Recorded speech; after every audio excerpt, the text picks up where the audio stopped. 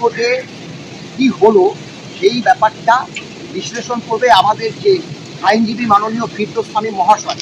আপনারা মাননীয় ফিরদৌস শামীম মহাশয়ের মুখ থেকে আজকের বক্তব্যটা শুনে নিন।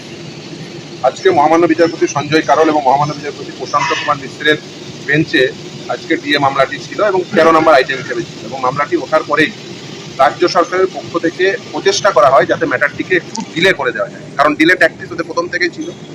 16ই মের যে নির্দেশ, সেই নির্দেশ পালিত হয়নি বলে আমরা অর্থাৎ কনফেডারেশন অফ স্টেট গভর্নমেন্ট এমপ্লয়িজের পক্ষ থেকে মলয়দা আছেন, এখানে শ্যামলদা রয়েছেন, তারা ওই 6 সপ্তাহ পেরিয়ে যাওয়ার সঙ্গে সঙ্গে নোটিশ দিয়ে তারপরে কন্টেম্প্ট অ্যাপ্লিকেশন করেছিলেন। সেই কন্টেম্প্ট অ্যাপ্লিকেশনটি আজকে শুনানির জন্য ছিল। সঙ্গে রাজ্য সরকার যে মডিফিকেশন অ্যাপ্লিকেশন করেছিলেন সেটিও ছিল লিস্টে, অ্যাজ ওয়েল এজ এসএলপিটি অর্থাৎ মূল এসএলপিটি সেটিও ছিল।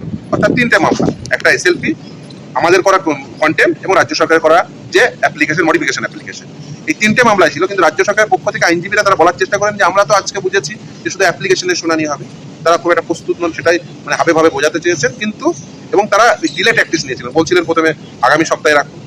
আমরা অপোজ করি, আমরা বলি না, আমাদের এটি দ্রুত শুনানি করতে হবে এবং সেই জন্য আগামীকাল মামলাটি রেখেছেন। কিন্তু আগামীকাল মহামান্য বিচারপতি বলেছেন ওই 25% এরিয়ার ডিএর বিষয় নয়, পুরো মামলাটি শুনে নেবেন এবং কে কতক্ষণ শুনানি করবেন সেই সময়টিও তিনি জানতে চান। মহামান্য বিচারপতি সঞ্জয় কারোল তিনি জানতে চান এবং আমাদের পক্ষ থেকে বলা হয় আমরা আধ ঘন্টা নেব সময় এবং তারা রাজ্য সরকার তারা সময় নেবেন, অন্যান্য যারা কাউন্সিল রয়েছেন তারাও সেই রেসপেক্টিভ টাইম বলেছেন।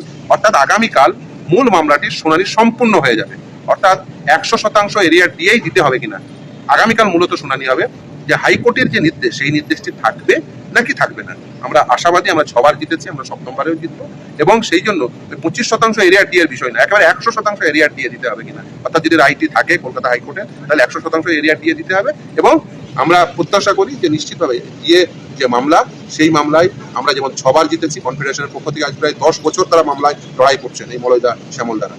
ফলে এই 10 বছর তাদের যে লড়াই, সেই লড়াইয়ের পরিসমাপ্তি করবে আগামীকাল, এই প্রত্যাশা রাখি। তার কারণ মহামান্য বিচারপতি বলে দিয়েছেন আগামীকাল সম্পূর্ণ মামলাটি শুনানি করবেন এবং সেই জন্য সম্পূর্ণ মামলাটি শুনানি হলেই রেসপেক্টিভ টাইম নিয়ে তারপর এসএলপি যদি ডিসমিসড হয়ে যায় 100% এরিয়া ডিএ আমরা হকদার, যেটা হকদার আমরা সেটা পাবো, এই প্রত্যাশা রাখি। তার কারণ 25% ইন্ট্রিম নির্দেশ এই মহামান্য বিচারপতি সঞ্জয় কারোলের যে বেঞ্চ ছিল এর আগে, সেই বেঞ্চই দিয়েছিলেন। আমরা অত্যন্ত আশাবাদী যে আগামীকাল মামলার শুনানি সম্পূর্ণ হবে।